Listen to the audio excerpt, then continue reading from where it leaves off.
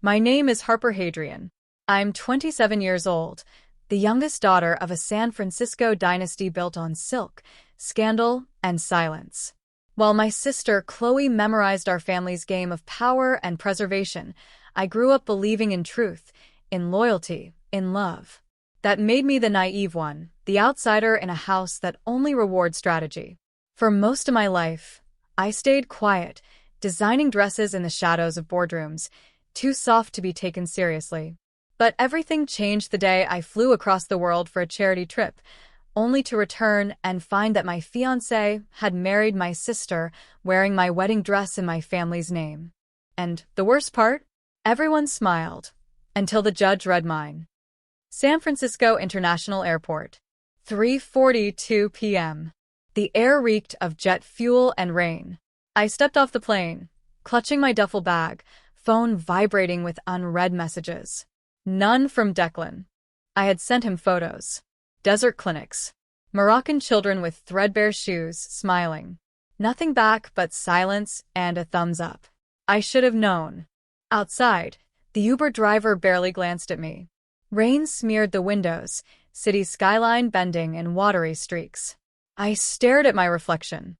Hair pinned back, scarf still carrying sand from the Sahara. I was gone for 21 days. It felt like a lifetime had passed without me. My building loomed tall and sterile as ever, downtown, steel and secrets. But the doorman didn't look up. He pressed the intercom. "I'm sorry, Miss Hadrian. Your keycard has been deactivated." "What?" My voice cracked. "Management said you've been removed from the resident registry." That was the first crack. 4:17 p.m. Lobby. Same building. A man in a cheap suit waited by the marble column, briefcase in hand.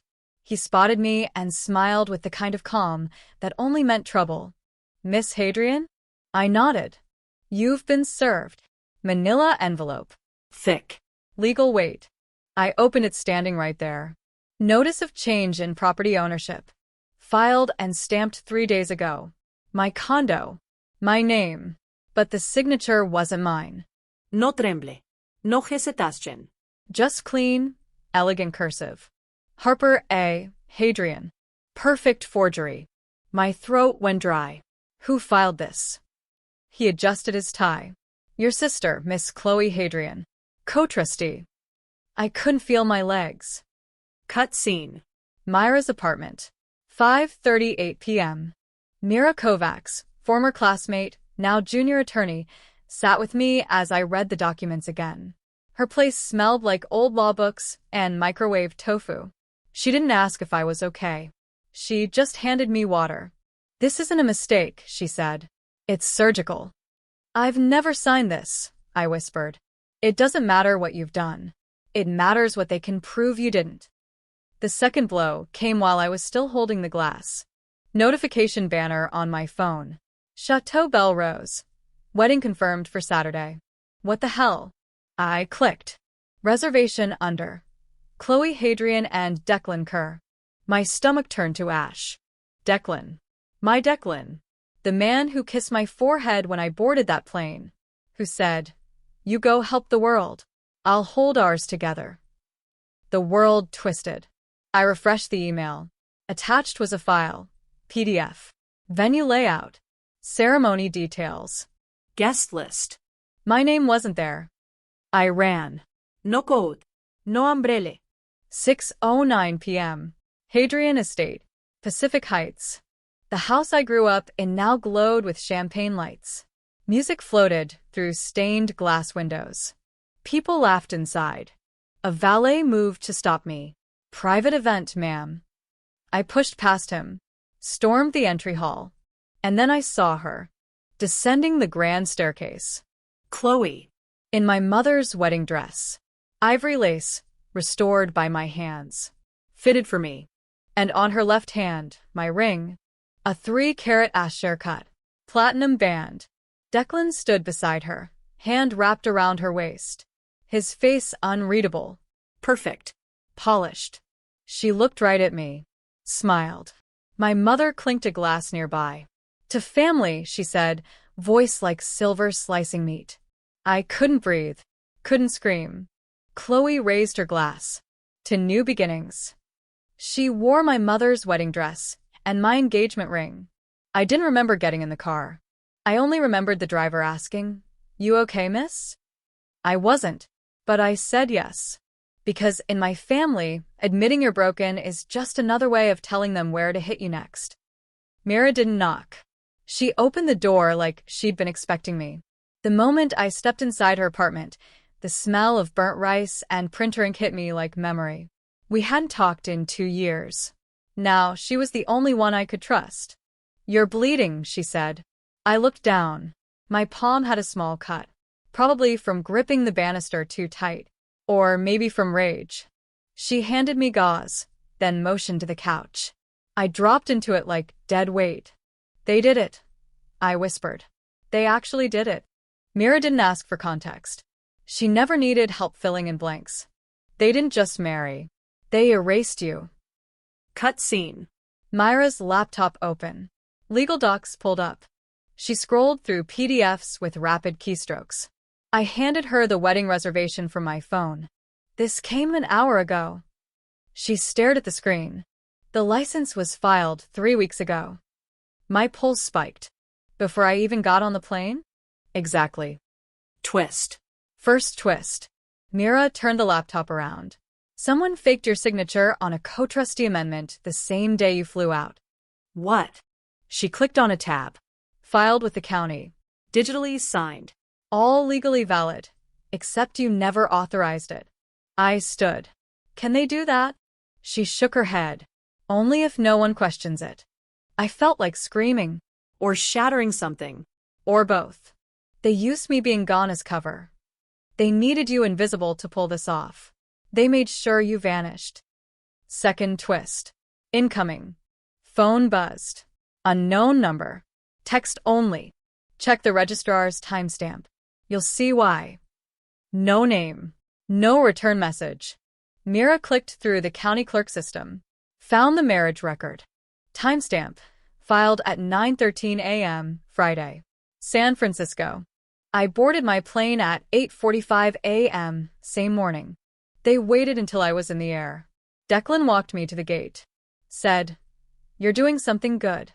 Don't let anyone tell you otherwise." Then he went to marry my sister. "People say betrayal is a knife," I muttered. "But it's quieter than that. It's the sound of your own voice not believing itself." Cut scene. My family's estate. Late. I needed answers. The gate code still worked. That felt like a mistake. I walked up the driveway barefoot, shoes in hand. The house was silent now.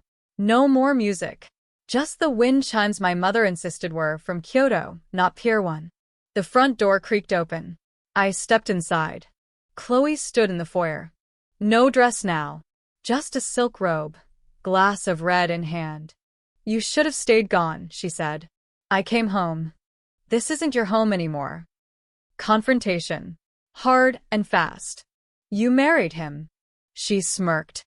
"He proposed. Using my ring." "You weren't using it." My hand curled into a fist. Myra's voice rang in my ear. "You hit back smart, not loud." Was Mom in on it? Chloe shrugged. "She prefers winners." "And Dad's trust." Declan took care of the paperwork. "You signed it. Digitally." "I didn't." "You did," she said, sipping. "All that matters is the signature exists." Her words were a mirror. Cold. Clean. Cracked. "You've always thought you were different," she said. "But you're not. You're just slower." Something shifted in me. I didn't cry. I didn't scream. I turned and left. Back outside, I called Mira. "I need a real weapon," I said. "A legal one." "You have one," she replied. "Remember your father's original will?" "Locked on my old laptop. But that file was sealed years ago." Myra's voice dropped to a whisper. "Then it's time to open it." My phone buzzed again. This time an image. A blurry screenshot of an airport feed. 3 figures. Chloe. Declan. And a man I didn't recognize. Behind them, a large monitor. The timestamp was exactly when I boarded. The subject line, You were never supposed to come back. They didn't just erase me from the family. They rewrote the entire story without me in it. I didn't sleep. Not because of the betrayal. That part had calcified, hardened into something sharper than grief. I didn't sleep because I couldn't stop hearing her voice. You weren't using it. My ring. My name. My life. Cutscene. Myra's apartment. 7:12 a.m. Laptop open. 2 mugs of untouched coffee. Her eyes bloodshot. I think I found something, she said. I leaned in. There's an old clerk from your father's legal team. Guy named Lewis Crane. Retired after your dad died. The firm scrubbed his records. But she tapped the screen. He's alive. Berkeley. Off the grid. And he's the only one who knew the original clause structure? She nodded. He's the last loose and they couldn't control. I grabbed my coat. Let's go tie it up. Berkeley was foggy. The kind of fog that clings to your thoughts. We found Lewis in a second-floor walk-up above a shuttered bookstore. He looked like a man who'd stopped trusting locks. You're Harper, he said. Not a question. Yes. He opened the door. No smile. His place smelled like old carpet and cheap coffee. Window blinds drawn. Stack of court transcripts on the table, all with the Hadrian name. I was told never to speak to you, he said. By who? He glanced toward the window. Declan. Twist. Drop. He handed me a manila folder. Your father's trust. Version 4. Signed. Notarized. Sealed. My heart knocked against my ribs. I flipped the page. And there it was. Amendments to this trust shall require Harper A. Hadrian's in-person affirmation under court supervision. Digital acknowledgement not accepted. My name. In black ink. Written before I ever met Declan. Mira sucked in a breath. Why didn't you come forward? They threatened my daughter. A beat. Lewis stared at the door like someone might knock at any second. They said if I testified, she'd be disbarred. Or worse. Who delivered the message? He didn't blink. Chloe. Cutscene. Parking garage. 12:45 p.m. Mira and I moved fast. Now we've got them, she whispered. I checked the folder again. Scanned each line. My name never left the document. Every amendment after 2020 was built on a lie. We reached the car. That's when I saw it. A phone. Burner type. Left under the windshield wiper. No number. Just one message. Whatever you think you found, bury it. Someone's watching us. Mira opened the car. Let them. We're done hiding. We drove in silence. Every shadow felt like a lens. Every mirror felt two-sided. We weren't crazy. They were careful. And that's worse. Back at her apartment, Mira opened a secure cloud server. I'll upload scans. Just in case. I pulled out my old work laptop. The one Dad gave me on my 21st. He said, always keep the truth somewhere only you can find it. The machine booted slower than I remembered. The wallpaper, a photo of him holding a champagne glass, Chloe blurry in the background. Files were a mess. But one folder stood out. Locked. Password protected. I tried my birthday. Denied. Tried Dad's birthday. Denied.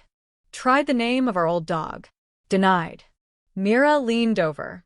Try the date your mom left. I stared. Typed it in. The folder opened. Inside. One file. Declaration_clause_video. MOV. Click. Static. Then Dad's voice. This is Robert Hadrian, recording for legal purposes, in presence of Lewis Crane. If anything happens to me, this is my instruction. My youngest daughter, Harper, retains full authority over Hadrian Holdings. Camera pans. Lewis sitting beside him. Timestamp, April 2nd, 2020. Dad's voice again. Digital signatures can be faked. Family cannot. The video ended. Mira was pale. We dropped this in court, it's over. No, I said. It's just beginning. Nightfall. A knock at Myra's door. We froze. She looked through the peephole. No one. Slipped under the door. A torn envelope. Inside, two things. A photo of me outside Lewis's apartment. A note. Careful, Harper. You're not the only name they forgot to erase. Let them smile. They forgot the judge hasn't said my name yet. We left the envelope on the floor. No fingerprints. No DNA. Just a warning, sharp as a blade.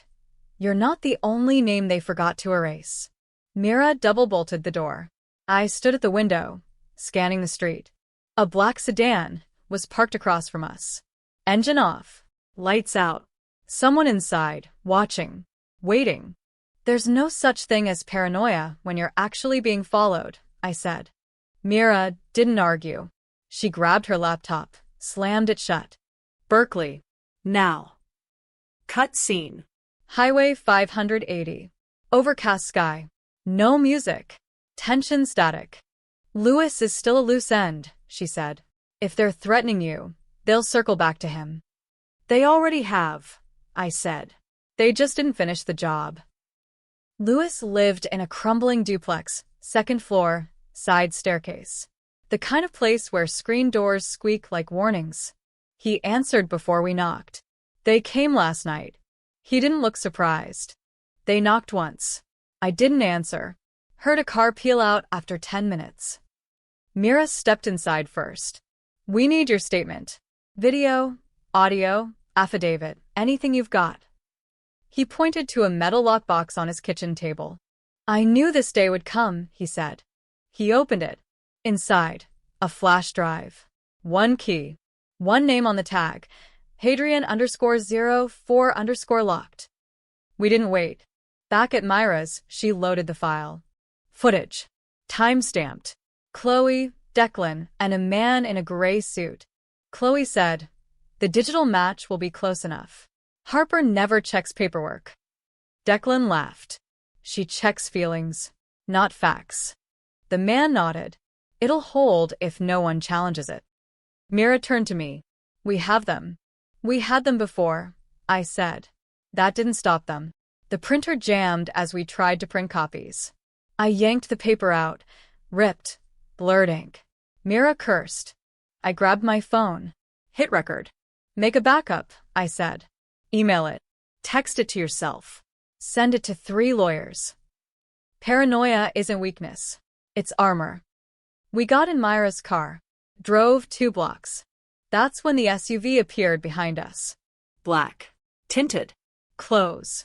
Too close. Myra's eyes met mine. We're being boxed. The SUV pulled left. Then right. Then behind again. Circling. Mira turned hard. Tires squealed. The SUV accelerated.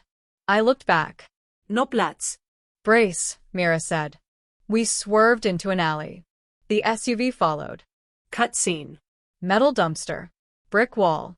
Mira slammed the brakes. The SUV didn't stop. It tapped us. Hard. Not enough to kill. Just enough to say hello. Then it reversed. Disappeared. Silence. Our breaths filled the car like steam. Did you see the driver? I asked. No, Myra's hands shook. But someone wanted us to know we're exposed. Back home, the file was gone. Not from the flash drive. From the laptop. Deleted. Scrubbed. Myra's mouth went dry. I encrypted it. They decrypted it. I clicked open the cloud. Nothing. Secondary folder. Empty. Third backup server. Corrupt file. Only one place left, I said. I reached into my coat pocket. Pulled out my burner. Uploaded the copy I'd filmed off the laptop screen. A little blurry. But the audio? Clear. Chloe's voice. She doesn't even know she's already lost. I sent the file to Mira. To everyone, I said. Every legal contact, every news outlet, every ex-law clerk who owes my dad a favor. Myra's hand hovered over the keyboard. This will make you a target. I nodded. I already am. Cut scene. 3:22 a.m.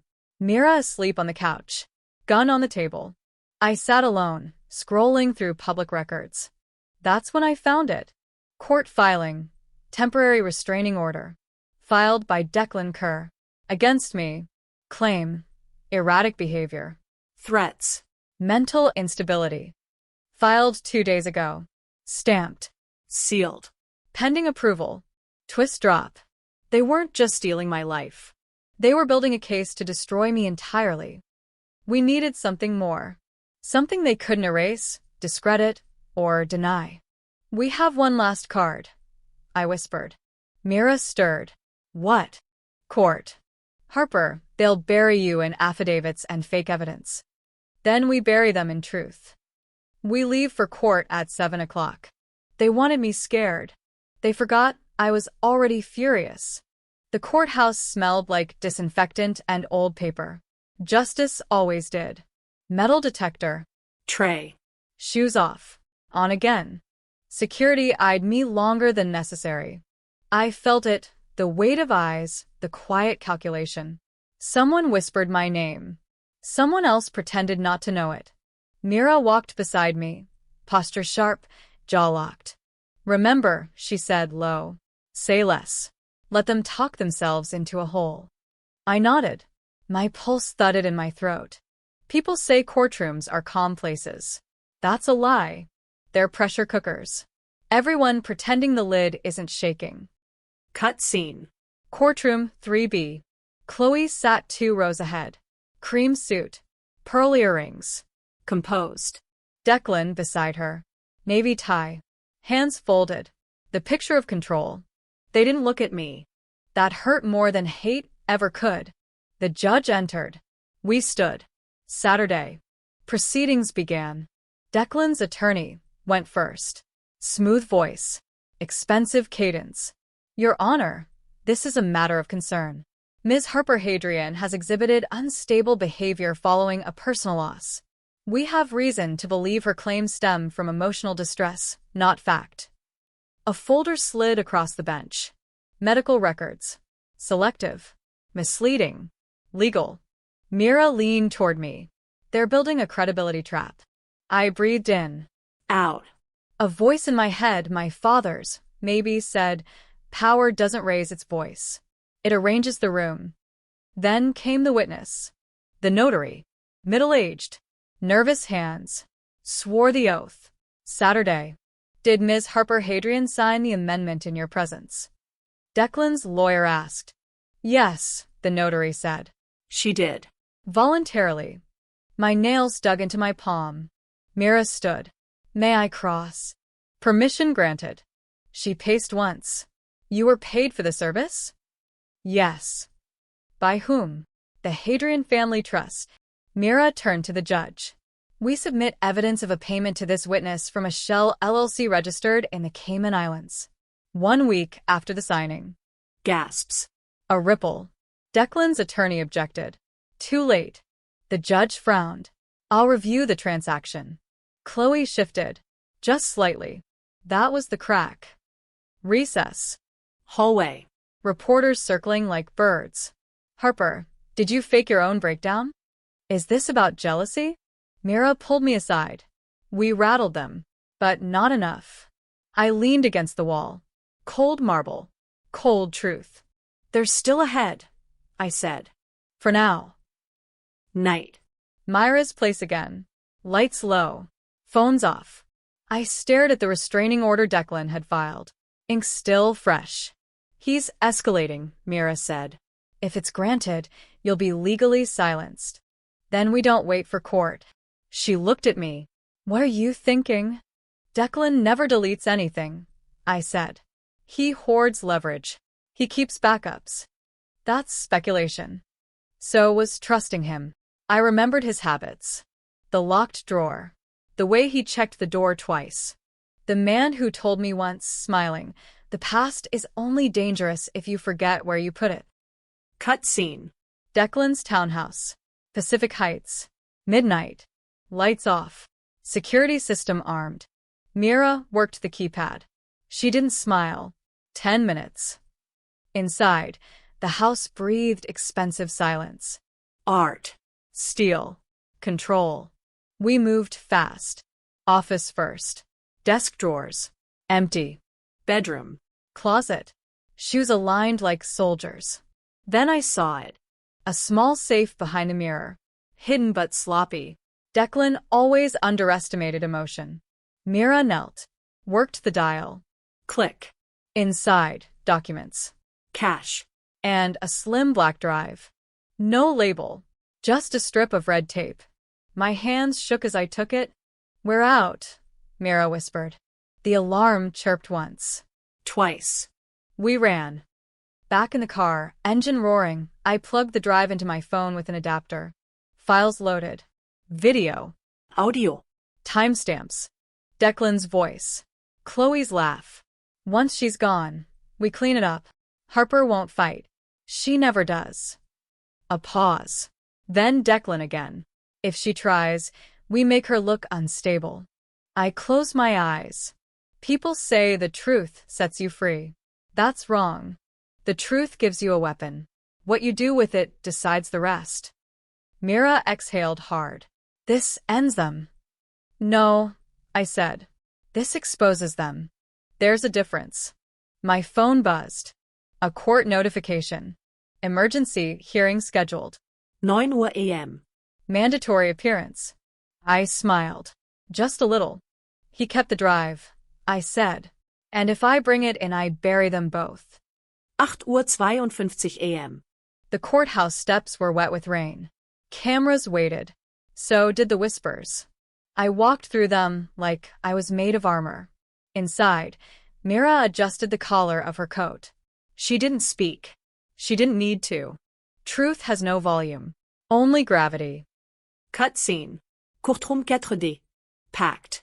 Chloe sat in the front row, perfectly postured. Declan beside her, lips pressed thin, eyes flicking between exits. He always watched the exits. The judge took the bench. "This is an emergency hearing to assess evidence submitted post-filing.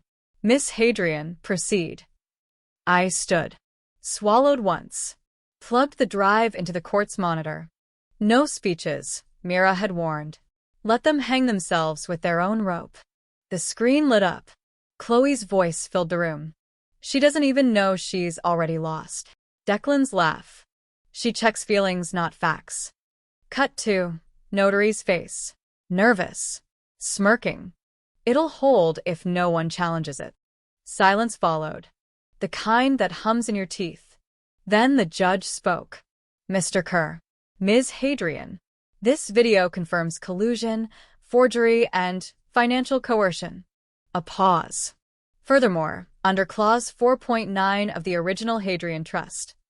Everyone leaned forward. "Any unauthorized amendments are null and void. The named successor, per the sealed 2020 directive, remains the sole authority." He looked up. Right at me. "Miss Harper Hadrian." The moment stretched. I didn't cry. Chloe stood up. Her chair screeched. Declan's hand shot out, as if to stop her. Too late. "She's lying," Chloe snapped. "She faked all of it." "Enough," the judge barked. Seat. Down. She didn't. Instead, she turned to me. "You were never meant to lead. You couldn't even stand up for yourself." My voice was calm. Ice against fire. I did. "That's why you tried to erase me." Cut scene. Outside the courtroom. The press surged. Flashbulbs exploded. Mira shielded me with her coat. "We'll talk to no one." I nodded. The air felt different now. Not lighter. Just. Clearer. There's no such thing as closure. Only consequence. 3 days later. Declan was indicted for fraud. Financial manipulation. Wire transfer violations. Chloe vanished from the press. Rumors of exile. Or rehab. Or both. My mother called. I didn't answer. Some roots don't need watering. Hadrian Holdings returned to my name. The office felt colder than I remembered. Desk untouched. Chair still bearing my shape. Iset. Pulled open the top drawer. Inside, a note. Handwritten. My father's handwriting. Leadership isn't being the loudest in the room. It's knowing when silence speaks louder. The mirror across the room reflected me. Not the girl who left for Morocco. Not the sister who believed blood guaranteed loyalty. But the woman who fought, lost, bled, and stood again. Some victories don't roar. They whisper. Mira entered without knocking. She always did. We have a board meeting in 30. I smiled. Let's give them something to vote on. She hesitated. You did it, Harper. No, I said. I survived it. They wanted me erased. But the thing about names? They don't vanish. They carve themselves into stone. She smiled. Until the judge read my name.